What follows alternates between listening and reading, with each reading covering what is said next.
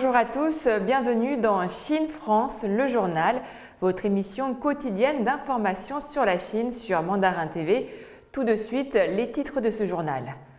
L'ambassadeur chinois pour le désarmement affirme que la position de la Chine est cohérente, sans équivoque. Les JO de Pékin ont été 100% bas carbone. De nombreuses technologies futuristes ont été utilisées sous des formes très diverses. Le groupe Alibaba annonce un bénéfice net en baisse de 75% au quatrième trimestre 2021. Début des essais sur une ligne de train à grande vitesse dans le Hubei. L'ambassadeur chinois pour le désarmement Li Song a déclaré que la position de la Chine concernant la question ukrainienne était cohérente et sans équivoque.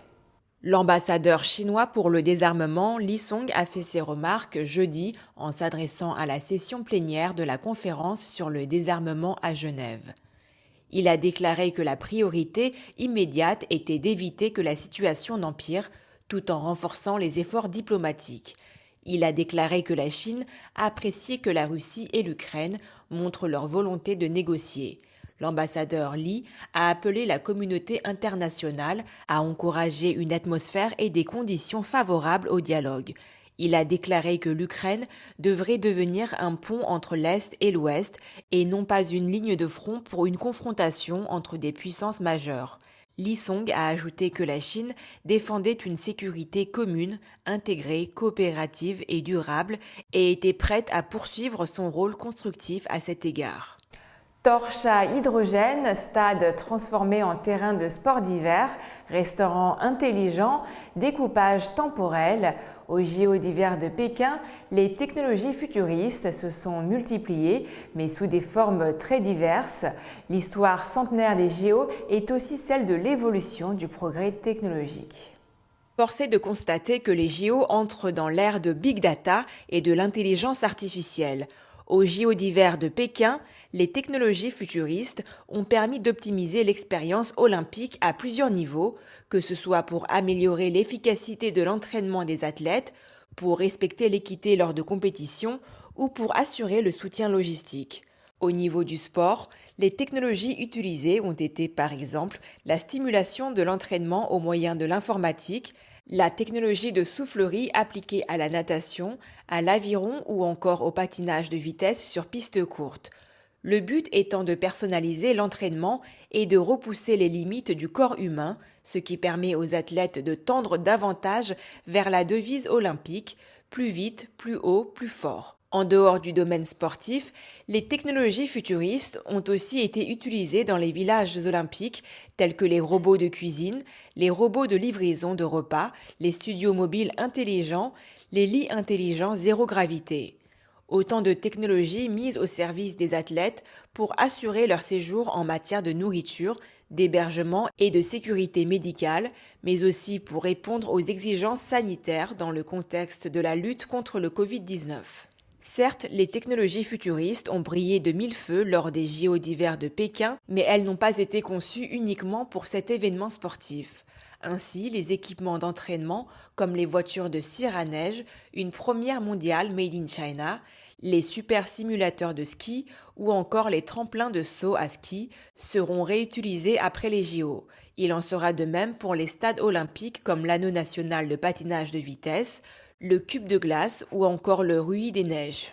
Enfin, les technologies futuristes ont également été utilisées pour réaliser des JO plus propres et plus écologiques. La fête commerciale du double 11 n'a pas réussi à faire ressortir Alibaba de son impasse de décroissance.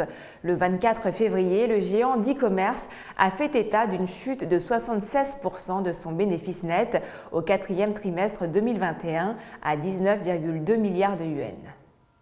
Le groupe fondé par Jack Ma a enregistré un chiffre d'affaires de 24,25 milliards de yuans, en hausse de 10% par rapport au trimestre précédent, soit la croissance la plus faible depuis l'introduction en bourse de l'entreprise en 2013.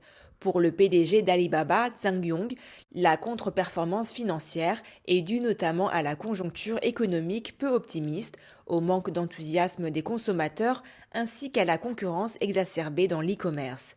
Selon lui, l'entreprise a beaucoup investi dans de nombreux projets, ce qui explique la chute du bénéfice net.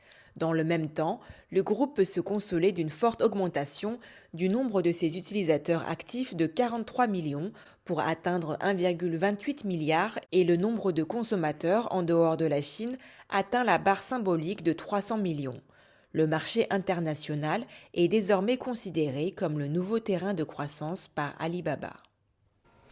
Une section d'une ligne de chemin de fer à grande vitesse qui reliera le centre et le sud-ouest de la Chine a commencé ses essais le 28 février, longue de 818 km et reliant Zhengzhou, capitale de la province du Henan, et Yanzhou, dans la municipalité de Chongqing.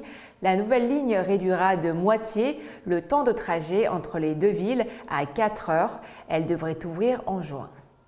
La section qui a commencé les essais se trouve dans la province du Hubei, dans le centre de la Chine, et relie Xiangyang et Padong. Selon China Railway Wuhan Group, l'opérateur ferroviaire régional, le tronçon de 192 km, avec une vitesse de pointe prévue de 350 km/h, sera le premier à entrer dans le parc national de Senongtia.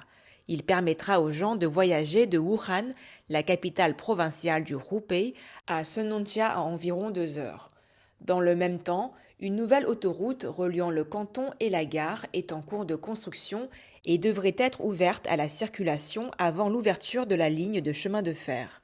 La beauté naturelle du parc national de Senongtia, qui abrite une vaste zone de forêt primitive, attire déjà de nombreux touristes. Mais son accès, qui se fait encore par une route de montagne, est difficile et la météo peut être imprévisible. La ligne Zhengzhou-Yanzhou traverse des zones montagneuses à Senongtia et la région des Trois Gorges à Chongqing, qui ont toutes deux posé des défis aux concepteurs et à ceux qui construisent la ligne. La section reliant Zhengzhou à Xiangyang a été ouverte en 2019. Ayant pour thème se dépasser, la 26e édition du mois de la francophonie se tiendra cette année du 10 mars au 10 avril, un rendez-vous annuel pour célébrer l'excellence de la culture française et francophone en Chine, comme partout dans le monde. Une conférence de presse a eu lieu le 3 mars à Pékin en présence de plusieurs ambassadeurs et représentants de pays francophones, dont notamment la France, la Suisse, la Belgique, le Canada, le Gabon et le Sénégal.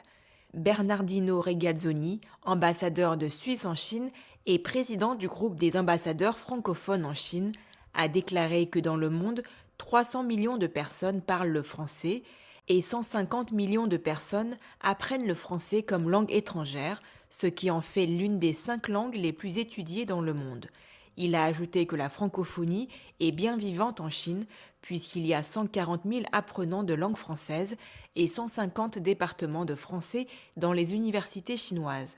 Selon lui, outre le côté culturel, la francophonie développe aussi une action politique commune autour des valeurs que ses pays membres partagent, telles que la paix, la démocratie, le développement durable, la préservation de la diversité, la promotion de l'égalité et les droits de l'homme. L'ambassadeur de Suisse en Chine a indiqué que chaque année, dans le monde entier, on fête le 20 mars la Journée internationale de la francophonie.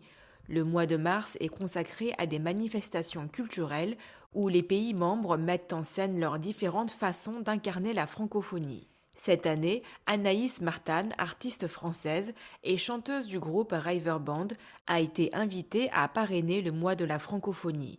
C'est un immense bonheur d'être dans un pays qui aime la langue française, a indiqué l'artiste qui vit en Chine depuis plus de 20 ans lors de la conférence de presse. Selon elle, chaque francophone en Chine est un ambassadeur de la langue française sans le savoir.